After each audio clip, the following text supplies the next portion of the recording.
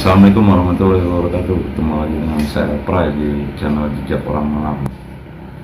Ya pemirsa, pada video ini saya akan cerita tentang benda yang ada di tangan saya ini. Bisa diterusin lagi ya. Mungkin fotonya agak ngeblur ya. Nah, benda yang seperti ini mempunyai berat, dan ini batu ya. Ini namanya yang disebut dengan kijing ya, kijing bungkem ya. Kenapa dibilang bungkem? Mungkin karena dia ketutup ya. Kalau kebuka kan kerang tuh kan, macamnya banyak, ada namanya kerang hijau, kerang darah. Nah ini bentuknya seperti kerang ya.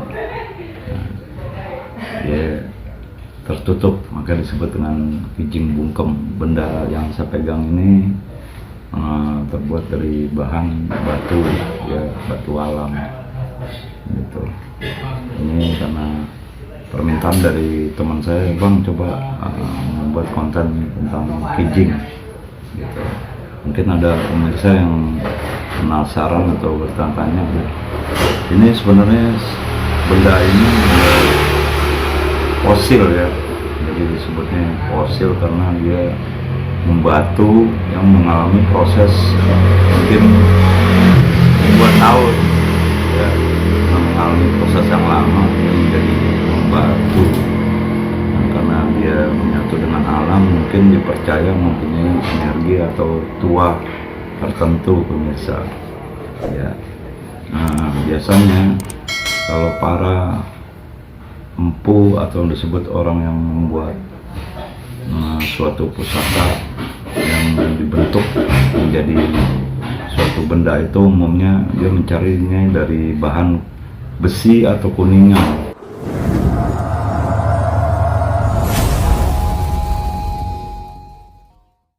Seperti diketahui bahwa para orang dahulu itu yang biasa disebut dengan empu ya, yang biasa mereka membuat suatu benda pusaka ya, atau senjata yang terbuat dari bahan besi ataupun kuningan. Nah, ini yang sepegang ini kan terbuat dari batu yang alami gitu.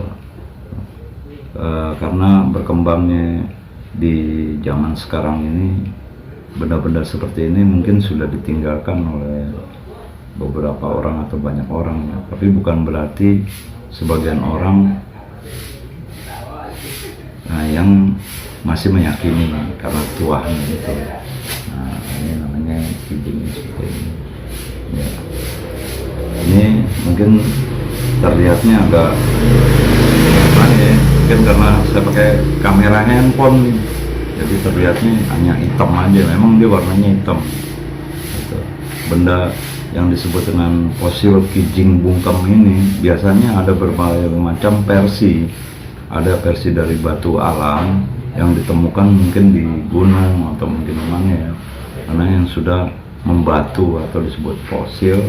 Ada juga yang dibuat sama orang, dia terbuat dari besi ataupun dari bahan apa. Kijing bungkem ini dipercaya mempunyai tuah alami atau mungkin juga berdasarkan diisi atau di HP, saya kurang paham itu. Jadi dipercaya mempunyai energi, maka sebagian orang itu ada yang membuat rajahan.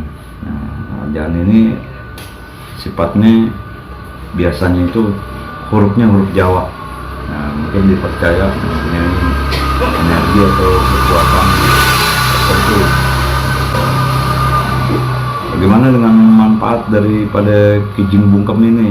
Ya, mungkin bisa di searching di Google ataupun dari medsos ataupun banyak sumber tentang kijing bungkem ini. Biasanya ini digunakan untuk meningkatkan wibawa, karisma, bisa juga untuk pemagaran, penjagaan, atau bisa juga dia membuat menjadi pemikat atau pengasihan ataupun mempertajam spiritualnya. Karena banyaknya tuah atau manfaat daripada kijing bungkem ini ya. Jadi banyak orang yang juga membuat replika ya, atau disebut dengan replika itu ya tiruannya ya, karena ini jadi akhirnya beredar itu ada yang asli dan ada yang palsu gitu. Lepas masalah manfaat atau tuah daripada kijing bungkem ini, saya kembaliin lagi kepada pemirsa ya. Karena biasanya pemiliknya ini yang merasakan tuah atau manfaatnya. Bagaimana dengan cara perawatannya? Perawatannya ini sebenarnya sederhana, yaitu dengan hanya mengoleskan minyak ya, gitu. Terus ada sebagian orang lagi yang bilang saya nggak suka diolesin sama minyak, ya itu terserah daripada pemirsa ya.